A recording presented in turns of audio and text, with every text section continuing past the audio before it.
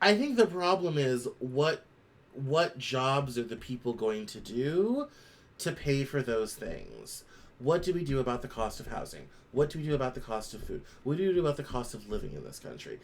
And the downside of this article is, despite all the good sides of all of this, and they spend a lot of time touting all of that, there's never any mention of that.